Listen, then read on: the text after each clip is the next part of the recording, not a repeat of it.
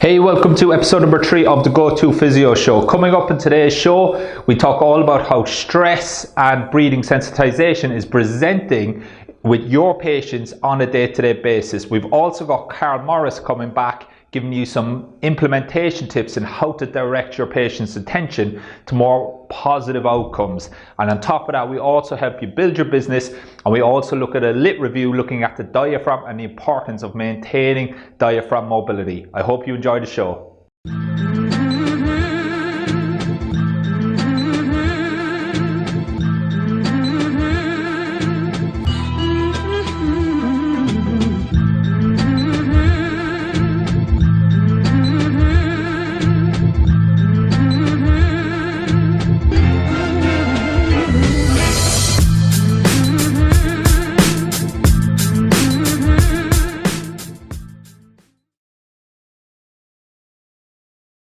Okay, so welcome to episode 3 of the Go-To Physio show. Now, in this episode, what I want to do is to help you make sense of your patient's symptoms. So in the very first episode, we gave you the overview of how the patient is at a certain point.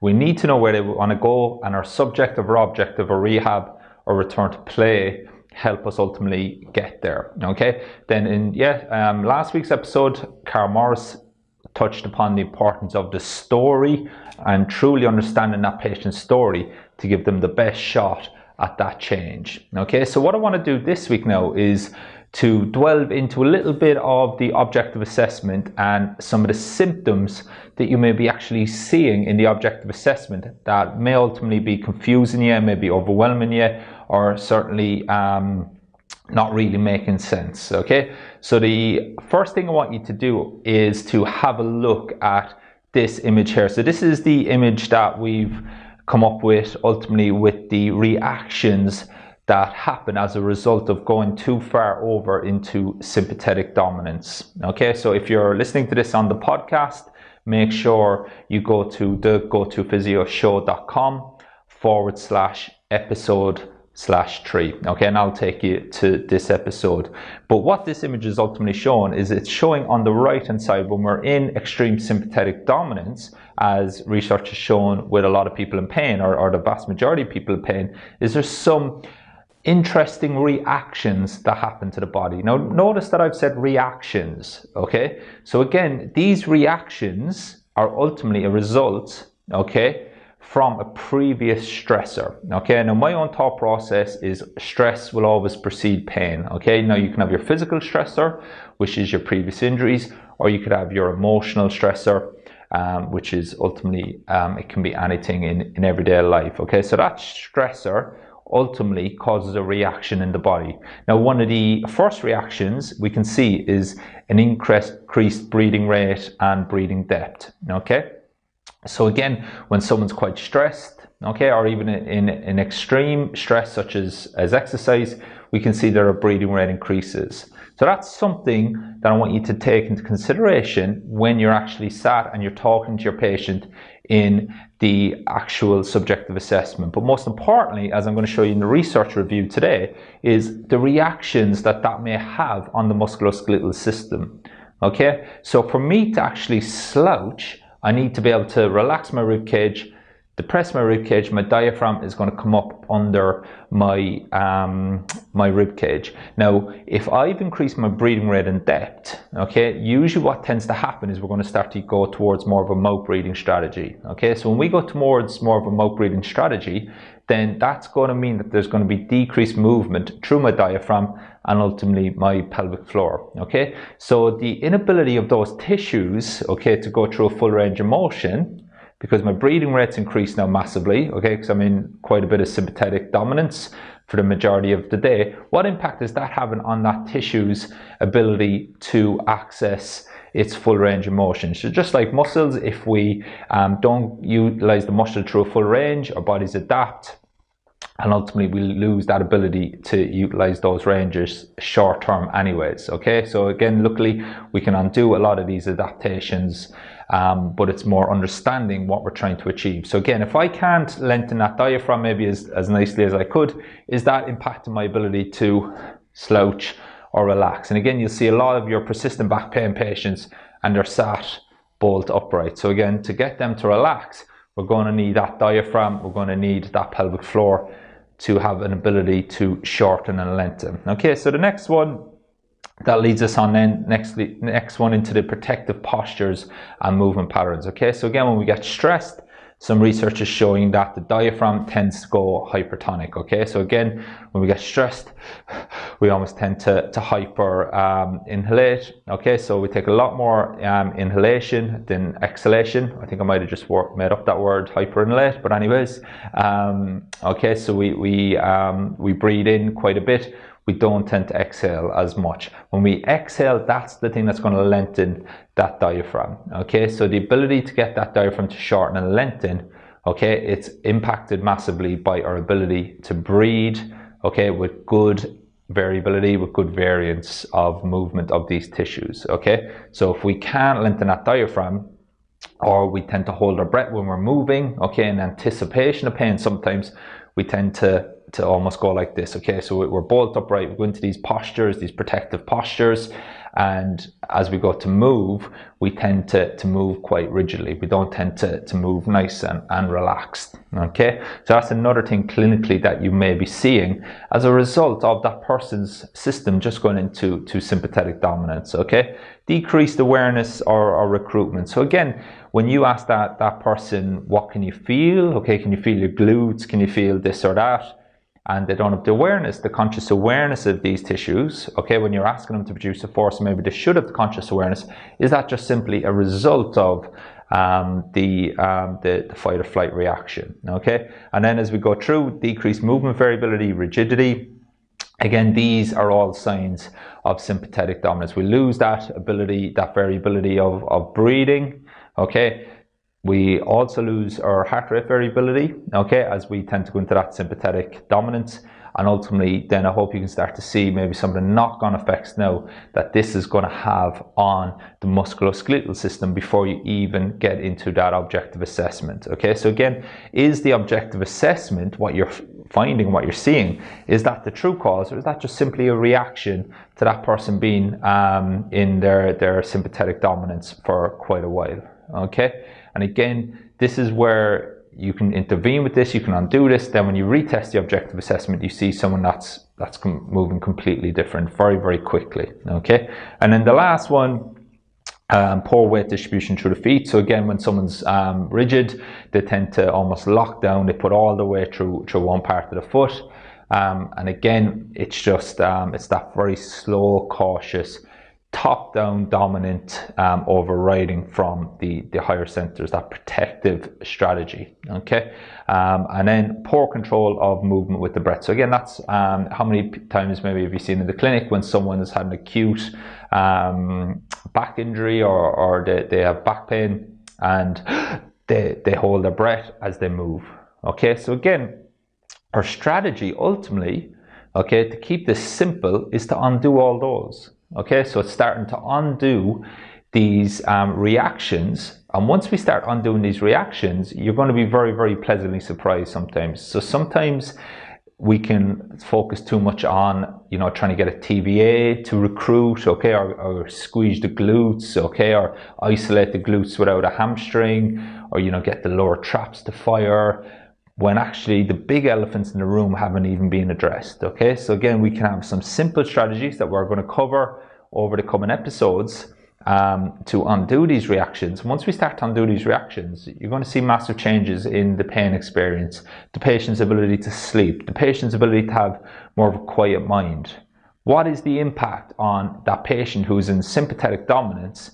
They've adrenaline pumping, cortisol, they're very, very stressed, okay? They've got a very, very busy mind, and you're trying to give them a pain neuroscience explanation.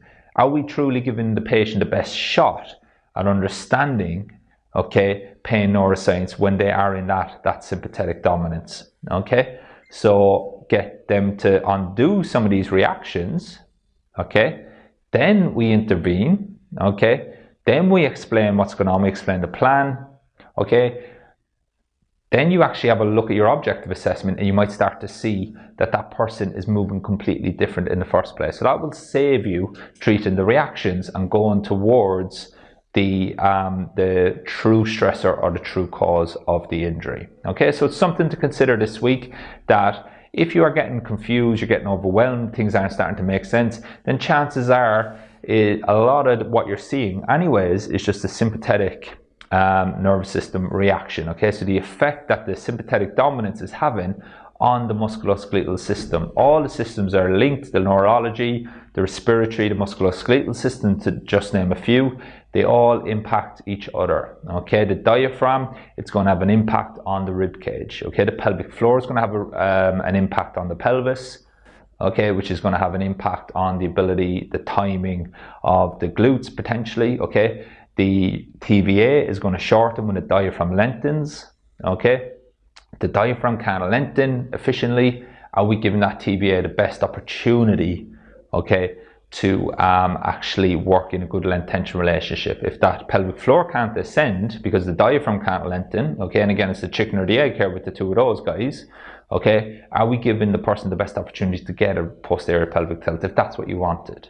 Okay, so it's just something to consider, that moving away from this model of it's always due to a weak muscle or it's always due to some kind of musculoskeletal issue. Very, very often the musculoskeletal system is a slave, okay, to the nervous system. It's a slave to the subconscious mind ultimately, okay, in its first and foremost function is to keep us safe. Okay, so we'll talk about more about this in the coming episodes, but for now, just take a step back this week, okay? In your clinical practice, I just want you to reflect on what you're seeing with the person, okay? And rather than diving in and intervening with the first thing that you see, step back and always ask yourself why. Why is this person's nervous system adapting like this at the moment? How does that link into the subjective story? Okay, so as always ask why. Focus 80% on the true cause, 20% on the symptoms, and make sure that you put that person at the forefront of everything that you do. Okay, so I hope that was useful, and in the coming episodes we'll go into it in a lot more detail.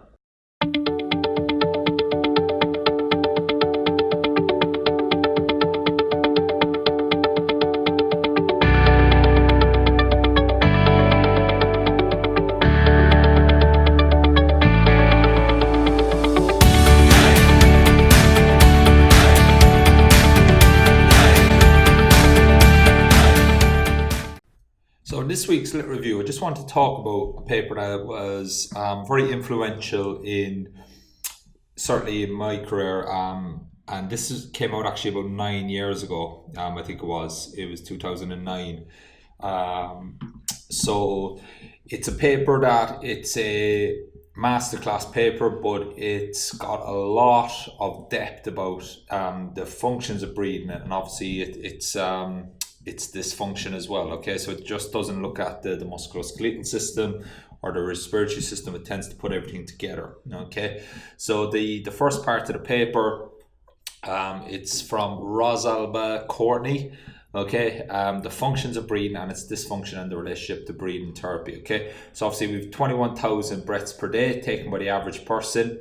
Okay, and again, we talked about energy efficiency in episode 2. Is that 20,000 breaths that's energy efficient, or are we working hard just to do a very, very simple task? Okay, so the big thing they talk about here is the function of the diaphragm, okay, and obviously it being a primary driver of respiration. Okay, now the thing is, if this gets overloaded, okay, does it have an impact on the ability to mobilize, elevate the lower 6 ribs? Okay, so what you find then is obviously the abdomen can displace anteriorly during inhalation or not move at all. Okay, so we get decreased anterior motion of the abdomen can be compensated by more expansion in the lateral ribs and vice versa. Okay, so there's no real specific strategy, just like the motor adaptations, okay, of movement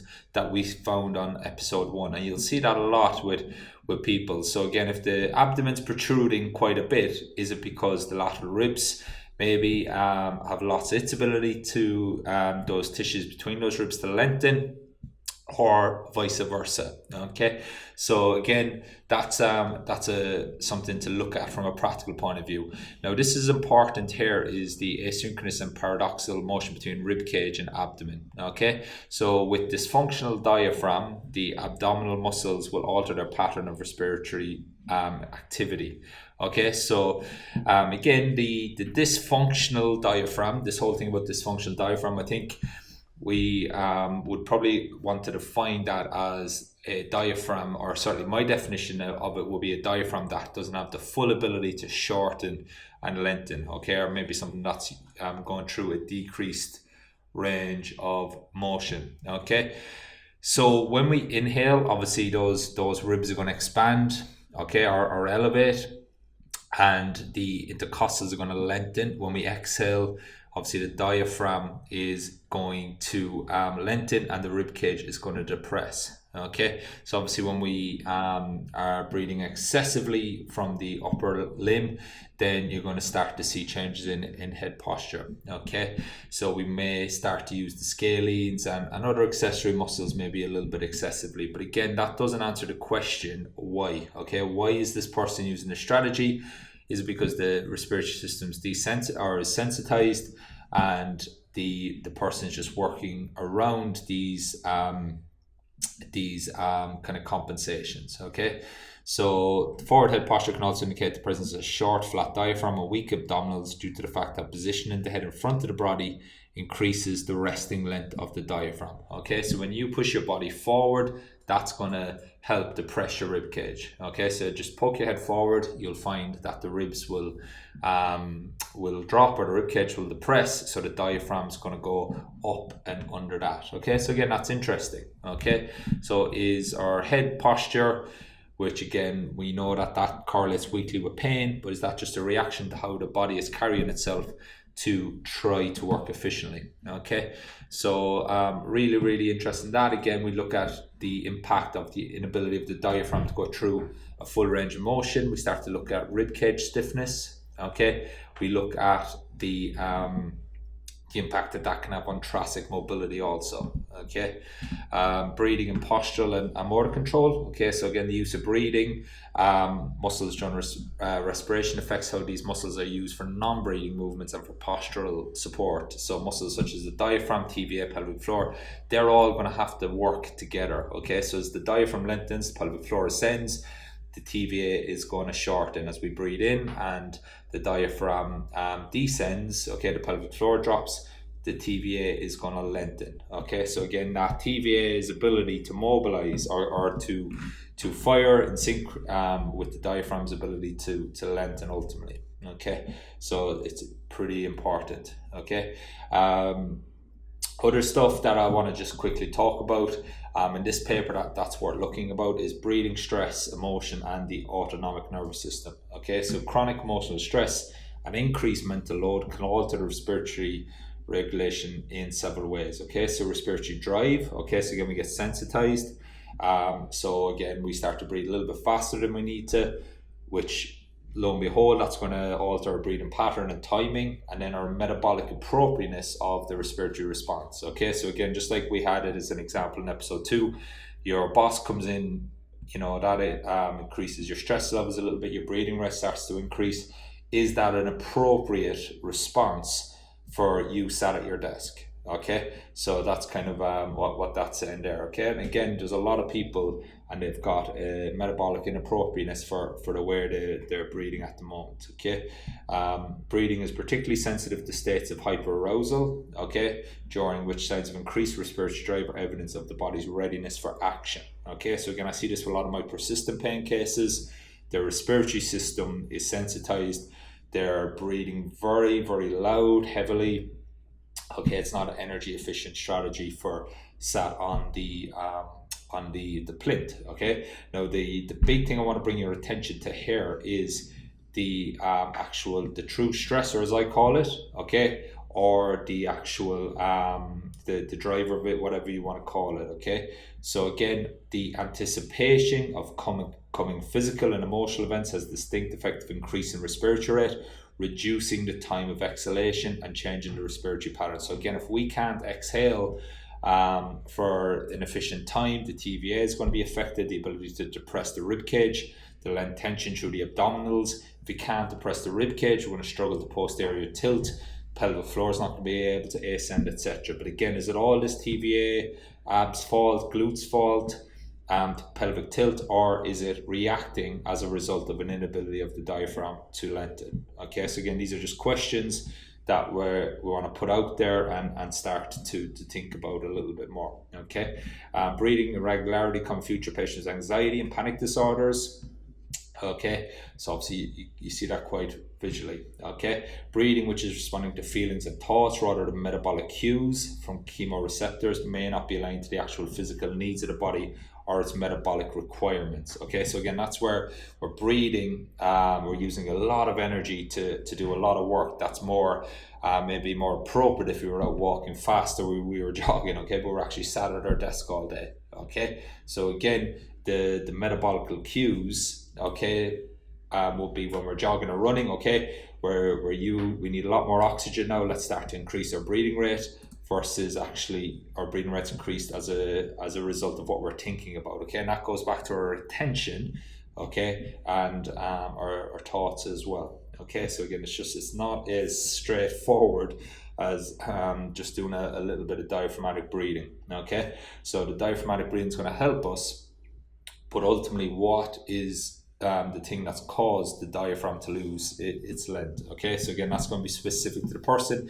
and that's going to be specific to where you may want to consider doing your breathing work. Okay, because the person could be breathing really well or look really good when you do diaphragmatic breathing in the clinic, but the second that boss comes, okay, and that anticipation of coming physical and emotional events, that could set it off again. So that's where we might want to bring their awareness to their breath and to change that and almost be aware of when that gets set off. Okay, so that could be something that you could apply clinically. Okay, controlled respiration can help the system to return to physiological rest state. Okay, it appears to act on the brain and the autonomic nervous system, synchronizing neural elements in the brain and the autonomic nervous system, creating a state of psychophysiological coherence. Okay, so again, just bringing the attention back to the breath, slowing it down, can have a massive impact. Okay, and in short-term controlled breathing can decrease sympathetic nervous system activity and increase parasympathetic nervous system. Continued regular practice can create long-term improvements in autonomic balance and increased vagal tone. Okay, so rather than just focusing on the diaphragm, let's just focus on the breath. Okay, just slow the breath down. Okay, increase the exhalation, override the subconscious short term. Okay, let's use a top-down strategy short term and see if we can get that person into a parasympathetic state. Okay, so again, there's a lot of different kind of breathing techniques out there, and there's various studies: meditation, mindfulness, buteyko breathing, among many others, which this paper will look at as well. Okay, but the key thing that I'd like to bring your awareness to is this. Okay, so again, this is where we're going to start to link this breathing stress, emotion, and the autonomic nervous system to the person's story and their subjective assessment. Okay, and then obviously we want to have a look at the impact it's having on the rib cage and the impact it's having on the motor control of the diaphragm, the pelvic floor, the TVA, and ultimately the glute muscles. Okay, so again, that pelvic floor is going to ascend as that pelvis is going to posterior tilt. Okay, the pelvic floor wants to ascend when the diaphragm can lengthen. Okay, the diaphragm is going to struggle to lengthen in anticipation to potentially some stress or stressors. Okay, and again, that's something that we may need to look at and actually desensitize as part of our treatment, and something that I certainly do a lot of in working with persistent pain cases. Okay, so as I said, it's well worth a read of this paper. It's a good paper. It's a bit old now, but I still think a lot of it, well, to be honest, there's not much of it that's been disproven, and it's a paper that I search for citations quite frequently with to see what's been updated or what's been said about this paper, and it's a very, very good read, and it's worth asking questions maybe about how you're integrating this into the real world as well. Okay, so we'll go away from breathing and the diaphragm next week. We're going to talk a lot more about movement next week. But again, I want you to have just this in the back of your mind when we look at trying to get muscles in optimal and tension relationships further down the line. So then we can start to integrate the neurology with the respiratory with the musculoskeletal system. Okay, so I'll see you next week for the next edition of the Lit Review on the Go-To Physio Show.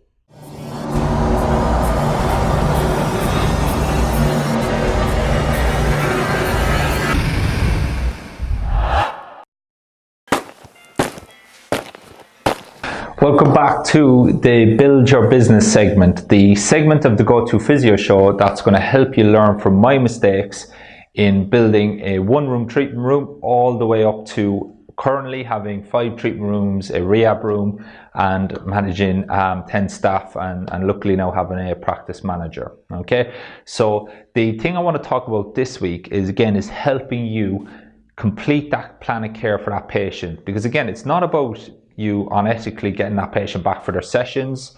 You ultimately have a duty of care to help that person get the best possible result.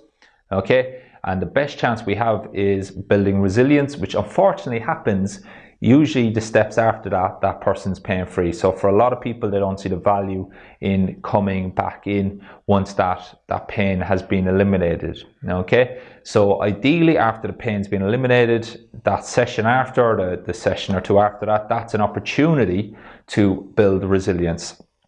So the tip that I've got for you this week is to always justify why that patient's coming back in next week. So that might look like something like, okay, Betsy, I'm going to see you. I need to see you next week, because once you've got this done, then we can move on to the hopping, which if we can do the hopping, then obviously that's going to get us that step closer then to getting you back to the running. Okay, so what patients don't like doing is being felt like they're not getting value, okay, or like someone's just trying to take their money for the sake of it. Whereas if you have a genuine ethical reason to get that person back in next week, I can't help but feeling you're almost doing them a misservice by not getting them back in. Okay, so that person's come to you for help to get them back to that ideal outcome. Okay, and it's very, very awkward. Sometimes we feel bad as therapists saying, oh, I'm going to need to see you next week again. Okay, whereas actually that person has come to you. You are the guide. Okay, that person's the hero. You have to guide that person. That person's looking for guidance. They don't know what to expect. Okay, so it's up to us to educate them and guide them on the best course of action. Okay, now the one thing you don't want to be doing is bringing that person back in again and just doing the same treatment over and over again. If you are bringing that person back in and they're lying on the bed for half an hour, 45 minutes, they're doing the same exercises and they're not making significant step closer to their ideal outcome, then with the greatest respect, but I would suggest that you are lost. Okay, every single session needs to build upon the last session. Every single session should be progressing through that ideal graded exposure to get them back to that ideal outcome, whatever that is for that patient. In the ideal scenario, now sometimes we do have to repeat some stuff. We do have to spend a week or two using the same exercises, but ultimately what should happen is it should be building session upon session. Okay, and if you have got that structure in place, so that every session is just the next natural progression, you've got that graded exposure bang on, then that will be very, very easy to understand. It'll be very easy to justify to your patient, and most importantly, you have got the confidence and clarity with the plan on what is happening on every single session. And that's very, very powerful from both a clinical point of view to help that patient keep progressing, and then also from a financial point of view and building your practice, in that you're not getting the person to drop off, you're getting the ideal outcome, you're getting a raving fan, a happy patient who's going to continue to spread the word about your clinic and ultimately allow you to grow that Go-To Physio. Go see John, go see Amy, go see Mary. She helped me get back to doing X, Y, or Z, and the pain hasn't come back. The biggest frustration for me, okay, and I really emphasize it a lot with my own therapist, is the last thing I want is somebody who said, oh, what do you think of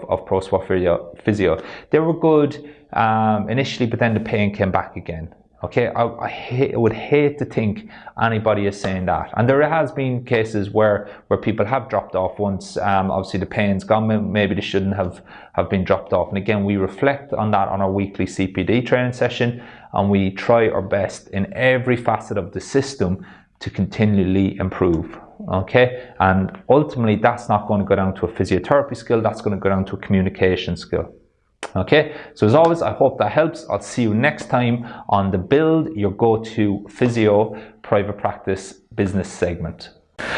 The Therapist Mentorship Program was put together to help you accelerate your ability to have confidence and clarity with any patient that comes through the door. It's a very intimate 90-day experience where you work closely with myself and my most trusted therapists to put together very, very specific structure in your assessment, your treatment and your rehab for every single patient, so that you can truly get the results that both you and your patient deserve, so you can become that go-to therapist. If you want more information, just click on the button below this video or go to thegotofysio.com/mentorship.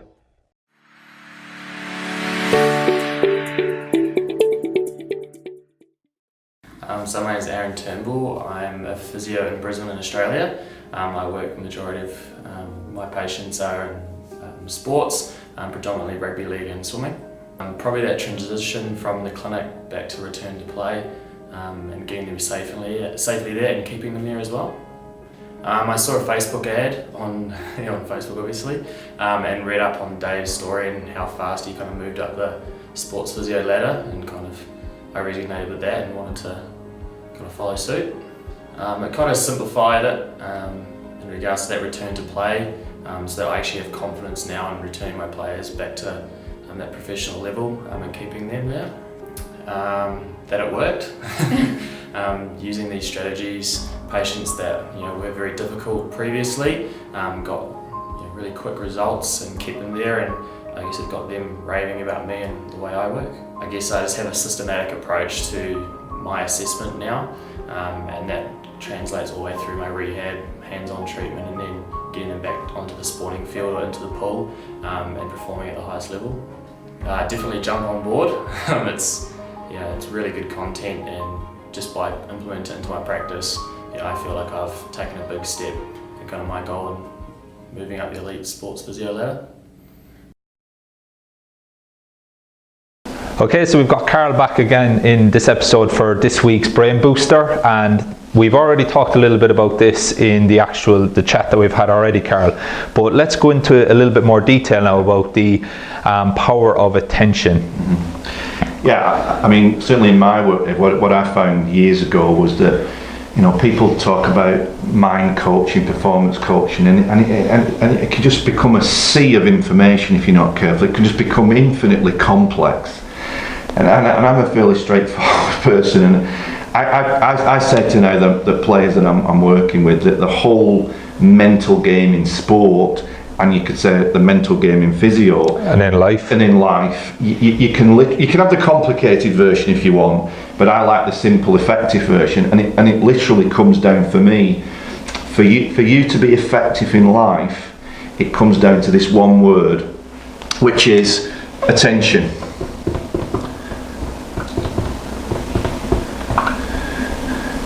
In any situation, anything that you want to get better, anything you want to improve on, anything that you want to develop a skill, your attention will always be on something. And the very simple formula is that your attention will either be in a useful place or a useless place. Now, unfortunately for most of us, over periods of time, we develop the great capability to be over here.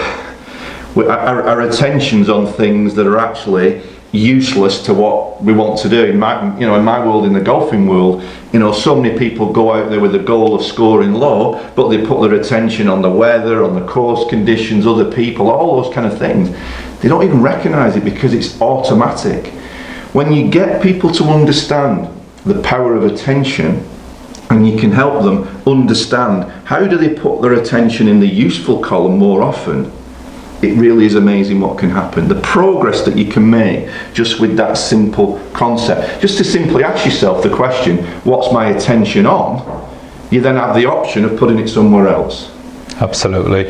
And for our patients in the physio world, a lot of their attention is on pain. Yes.